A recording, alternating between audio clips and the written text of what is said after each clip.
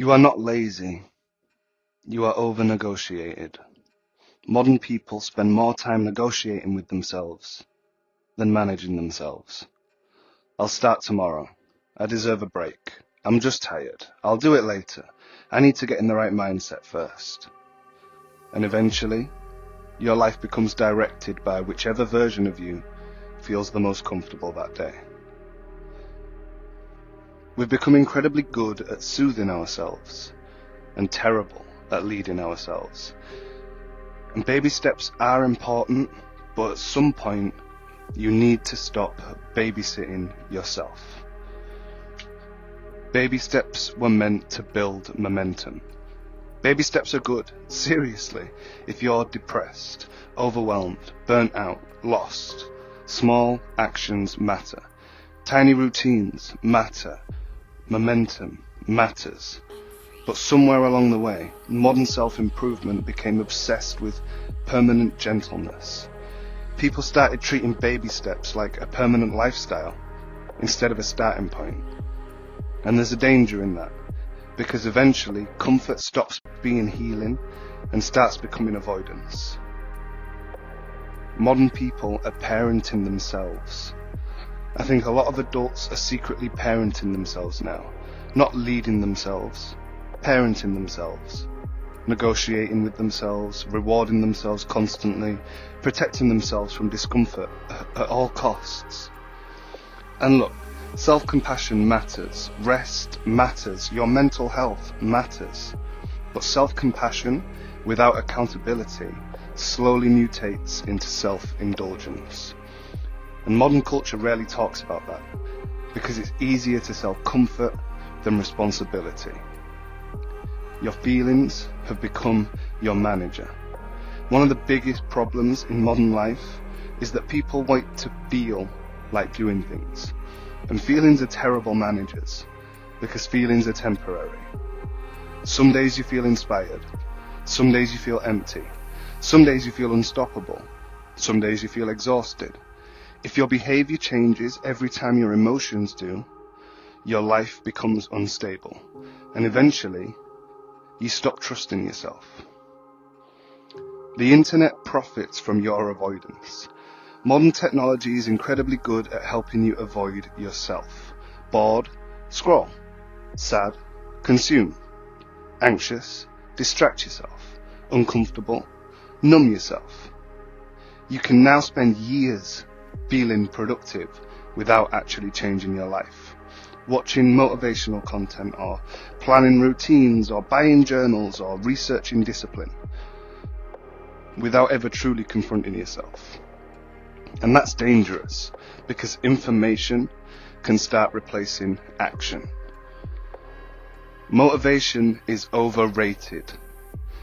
This might sound harsh, but motivation is unreliable. Waiting to feel motivated is like waiting for the weather. Sometimes it comes, sometimes it doesn't. And one of my favourite quotes for this is, there's no such thing as inappropriate weather, just inappropriate clothing. You need to adapt what you're bringing to the table based on where everything currently is, not just, I'll wait for the right opportunity and I'll wait for the right optimized moment to do something and then I'll step into it. You need to be prepared to move in whatever weather you're currently in. Sometimes it comes, sometimes it doesn't. And the people who eventually transform their lives usually stopped asking, do I feel like it? And started asking, who do I want to become? Because identity outlasts emotion. That's the shift. Discipline is not self-hatred. Now this is important because the internet has created two extremes. Either be soft with yourself forever, or destroy yourself in the gym at 5 a.m. Both are incomplete. Real discipline is not punishment, it is self-respect. It is quietly keeping promises to yourself. Not because you hate yourself, but because you value your future enough to stop abandoning it. That's different. Very different. You keep negotiating with your own potential. I think many people are exhausted because they are living in constant internal negotiation. I should, I could, I need to, I'll eventually get to. Every day becomes discussion instead of decision. And eventually you split into two people. The person you could become and the person constantly explaining why you haven't become them yet.